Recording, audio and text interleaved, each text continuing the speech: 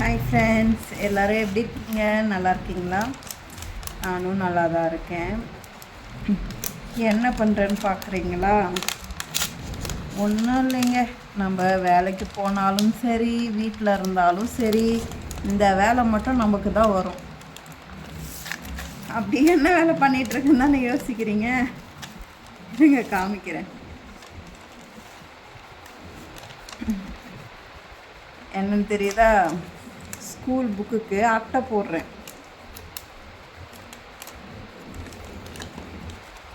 எப்படியும் ஒரு 30 note book.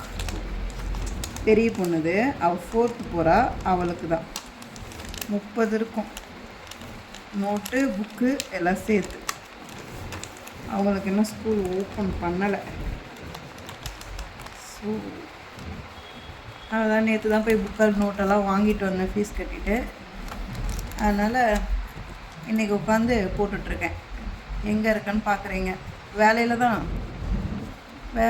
தான் உட்காந்து போட்டுட்ருக்கேன். வீட்டில் போட டைம் கிடைக்க மாட்டேங்குது. ஸோ பர்மிஷன் கேட்டுட்டே, நல்ல சார் தான், அதனால் பர்மிஷன் கேட்டு உட்காந்து போட்டுட்ருக்கேன்.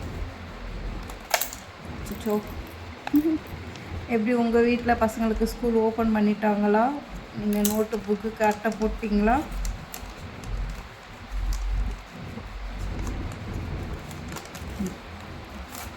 அவ்வளோதான், ஒரு நோட்டுக்கு அட்டை போட்டாச்சு. அட்டை போட்டது பெருசு இல்லை, இதுக்கு மேலே வந்துட்டு கிளாஸ் கவரும் போடணும். இது மாதிரி இப்போ ஃபஸ்ட்டு அட்டையை போட்டு வச்சுருவேன். அதுக்கப்புறமா வந்துட்டு என் பொண்ணுக்கு பிடிச்ச ஸ்டிக்கர் ஒட்டிட்டு அதில் நேமெல்லாம் எழுதிட்டு அதுக்கப்புறமா கிளாஸ் கவர் போட்டு அப்புறமா தான் அப்போ தான் ஸ்டாப்லர் அடிக்கணும். ஸோ இதே மாதிரி போட்டு இப்போ எடுத்து வச்சுருவேன்.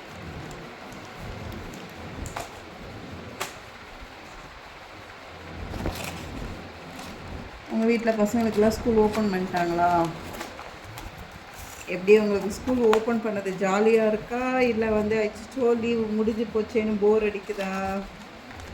எனக்கெல்லாம் ரொம்ப ஜாலியாக இருக்குது. எப்போடா ஸ்கூல் ஓப்பன் பண்ணுவாங்கன்னு பார்த்தேன் நான்.